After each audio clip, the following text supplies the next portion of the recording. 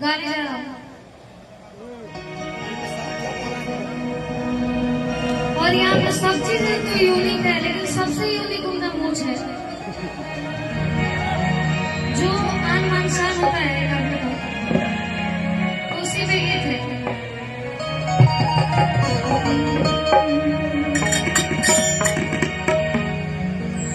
अरे मुछिया पर लुट जाए बिहार हो,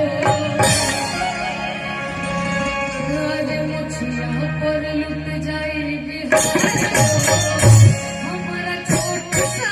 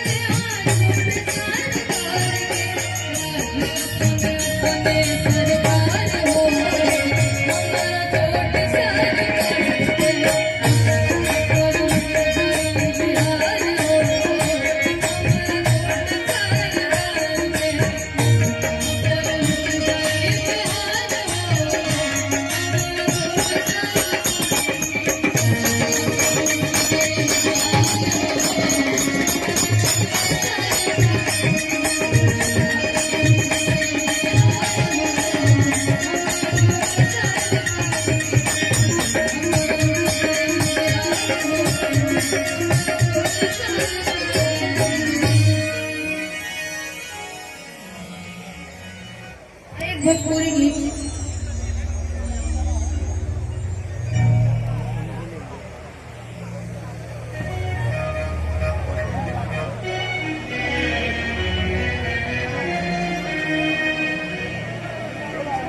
एक भोजपुरी गीत होना चाहिए, मैं आप सभी के समक्ष सुनाने जा रहा हूँ।